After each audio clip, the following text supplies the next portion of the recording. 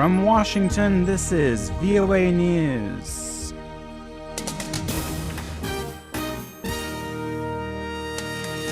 Iran and 6 world powers extend the deadline for a nuclear deal to next July, and a Nigerian border town near Niger comes under militant attack. I'm Michael Lipin.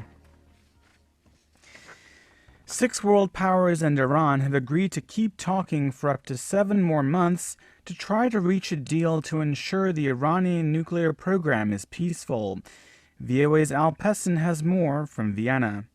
More than a year of intensive talks and the direct involvement of 7 foreign ministers for the last several days failed to settle the differences over how much nuclear enrichment capability Iran will be allowed to have and how quickly economic sanctions will be lifted. The goal is to ensure Iran cannot quickly produce a nuclear weapon and to have inspectors in place to detect any such move. U.S. Secretary of State John Kerry said real progress was made during the last several days of talks, and officials have a better idea what a final agreement will look like. But he indicated he has no illusions about the work ahead. These talks aren't going to suddenly get easier just because we extend them. They're tough, and they've been tough, and they're going to stay tough. Kerry also called for support for the extension of the talks in the face of expected criticism from hardliners in Iran and the United States. Pessin, VOA News, Vienna. Reports from Nigeria say suspected Boko Haram militants have attacked a northeastern town near the border with Niger, setting fire to homes and killing a number of residents. There was no official word on casualties from Monday's attack on the town of Damasak in Borno State. Witnesses said residents were fleeing toward Niger for safety. You're listening to VOA News. Militant attacks in Afghanistan have killed at least 2 NATO soldiers and 6 civilians. In a statement on Monday, NATO said the 2 troops were killed in an attack in the eastern part of the country. It did not disclose their nationalities. The Associated Press quoted Kabul police as saying the troops were killed when a bomb attached to a bicycle exploded near a foreign military convoy in the Afghan capital. Also on Monday, a motorcycle bomb exploded in a market in the northern Afghan province of Kunduz, killing 6 civilians.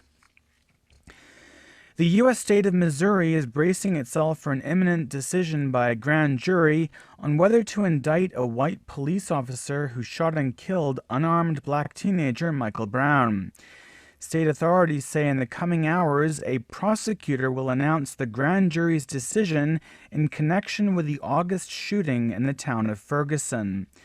Protesters from around the country are expected to descend on Ferguson if the grand jury exonerates the officer, Darren Wilson.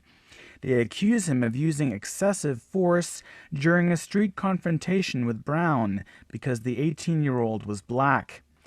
The White House said President Barack Obama has urged any protesters to be peaceful after the decision is announced. Some activists have agreed to abide by rules of engagement with local law enforcement to try to prevent outbreaks of violence. U.S. Defense Secretary Chuck Hagel has resigned after only 21 months in the position. President Obama announced the resignation at the White House on Monday, with Hagel and Vice President Joe Biden at his side. Mr. Obama said the defense secretary told him last month that it was time to move on. The New York Times quoted senior U.S. officials as saying Mr. Obama pressured Hagel to quit in order to make way for a new defense secretary with the skills needed to deal with growing foreign policy crises. But in his remarks on Monday, Mr. Obama praised Hagel as a steady hand in helping his administration respond to the challenges of Ebola and Islamic State militants. Hagel said serving in the post was the biggest privilege of his life. He is expected to remain in that position until his successor is confirmed by the Senate. Several co-founders of Hong Kong's pro-democracy Occupy movement say they will surrender to police next month to take responsibility for almost 2 months of street blockades in the city. Local media say the 3 Occupy activists intend to surrender on or after December 5th. They say the activists announced their decision last week in a meeting with allies from other pro-democracy factions, including the Hong Kong Federation of Students and Scholarism, another student group. Student protest leaders have said they will not surrender to police, preferring to remain in occupied street areas and wait to be arrested. I am Michael Lipin in Washington.